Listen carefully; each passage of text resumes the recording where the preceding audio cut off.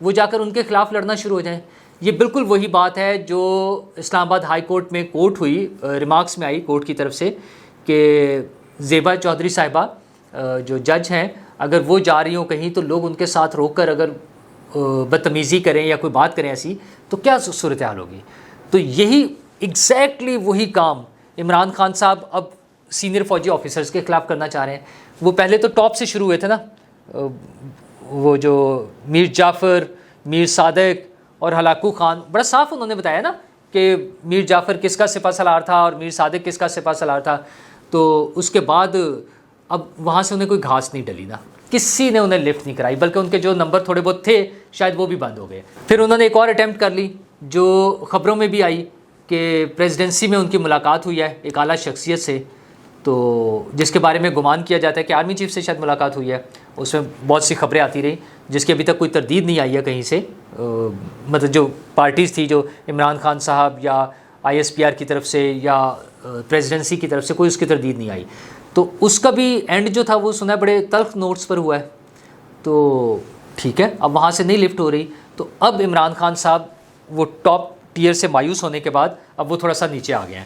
آج انہوں نے کل جو انہوں نے چکوال میں جلسہ کیا اس میں انہوں نے کہا ہے کہ D G I S P R سے یہ سوال ضرور پوچھوں گا کہ آپ کو کم از کم سمجھ تو جانا تھا کہ میں کیا کہہ رہا ہوں. یعنی ان کے خیال میں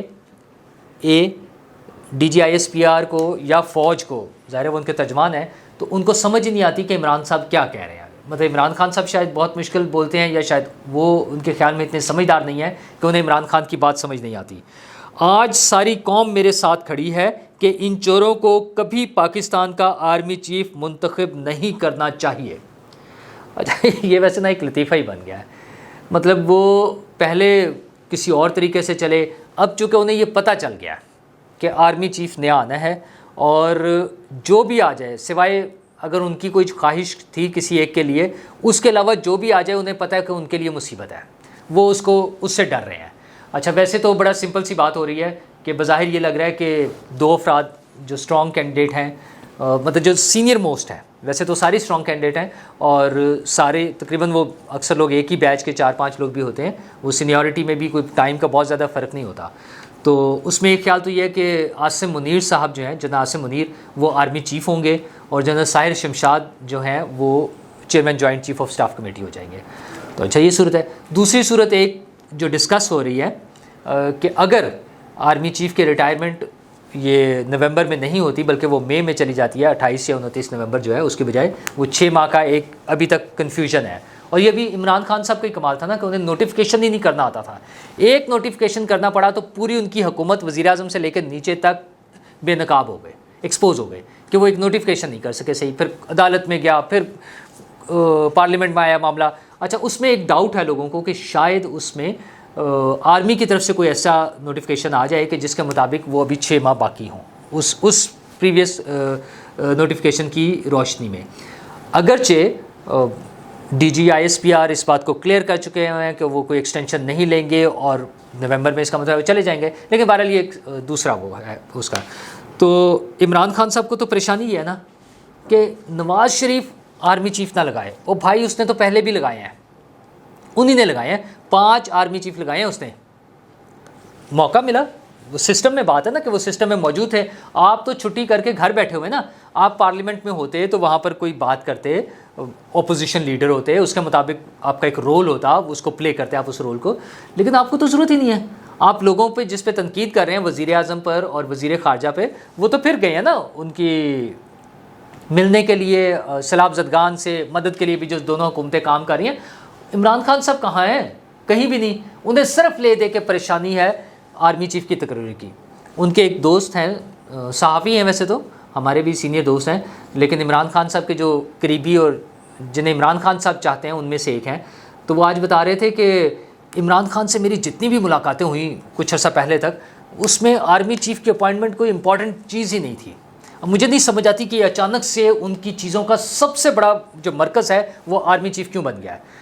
تو خیر وہ جب پوچھیں گے تو انہیں پتہ چل جائے گا. عمران خان صاحب بہرحال اپنی اوقات میں آ گئے ہیں. اب وہ آرمی چیف اور D G I S I کو ایڈریس کرنے کے بجائے D G I S P R سے ریکویسٹ کر رہے ہیں, ان کے ذریعے پیغام بھجوا رہے ہیں کہ نواز شریف کو یہ موقع نہ دیں کہ وہ آرمی چیف تعینات کرے، لیکن یہ کام تو اب ان کے ہاتھ سے نکل گیا ہے۔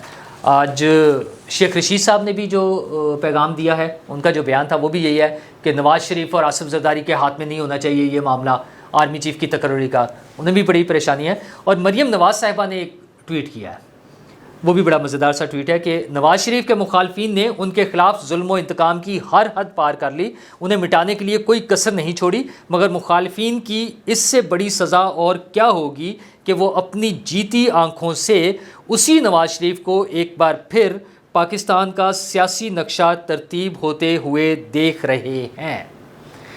تو یہ ان کی پوزیشن ہے۔ اچھا، ان ساری چیزوں میں ایک اضافی چیز جو ہے وہ غریدہ فاروقی صاحبہ کے ٹویٹ ہیں۔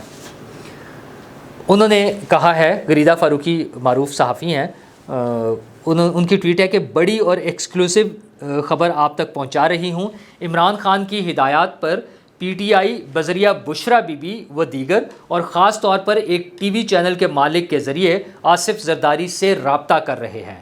پی ٹی آئی کا پیغام ہے کہ آصف زرداری نون لیگ اور حکومت چھوڑ کر ہمارے ساتھ مل جائیں، ہم بہتر ڈیل بھی آفر کریں گے۔ تو یہ کل ملا کے اتنی اوقات ہے عمران خان صاحب کی۔ ویسے تو آپ کو یاد ہوگا کہ عدم اعتماد کے موقع پر بھی انہوں نے ریکویسٹ کی تھی عمران خان صاحب، مطلب ظاہر ہے کسی سورس سے پہنچنا ہوتا ہے، وہ آصف زرداری صاحب تک پہنچے تھے کہ آپ ہماری مدد کریں، انہوں نے صاف جواب دے دیا تھا۔ اب یہ جو سارا دن چور ڈاکو لٹیرے یہ جو گردان لگائی ہوتی ہے نا انہوں نے، لیکن دوسری طرف وہ ہر ایک کے پاؤں پکڑنے کو تیار ہے، بلکہ پکڑے ہوئے ہیں انہوں نے کہ کسی طرح میری بات سن لیں۔ وہ فوج ہے، وہ آصف زرداری ہیں، اور وہ ایون نون لیگ کے لوگ ہیں، انہی سے این آر او مانگنا ہے فائنلی۔ اور اب اس کے لیے ایون اپنی اہلیہ محترمہ کے ذریعے، وہ پہلے تو ان کے ذریعے وہ روحانی خدمات حاصل کرتے تھے نا، ان کو خیر ملتا رہا، وہ فیض ملا انہیں تو، لیکن اب جو ہے وہ پریکٹیکلی سیاست میں ان کے ذریعے مدد حاصل کرنا چاہ رہے ہیں۔ آصف زرداری صاحب سے ترلے منتوں پر اتر آئے ہیں، تو وہ تھا نا کہ اگر حالات اس پوزیشن پر آ گئے نا تو صلح ہی کر لیں۔ تو عمران خان صاحب سیدھے سے ہاتھ کھڑے کریں اور آ جائیں میدان میں کہ میں آپ لوگوں کے ساتھ مل کے چلوں گا، جیسے سب پارٹیاں چل رہی ہیں ویسے چلیں گے، اور یہ اسی طرح چلے گا، کیونکہ جو کمپنی آپ بنا رہے تھے وہ کمپنی نہیں چلے گی۔ شکریہ۔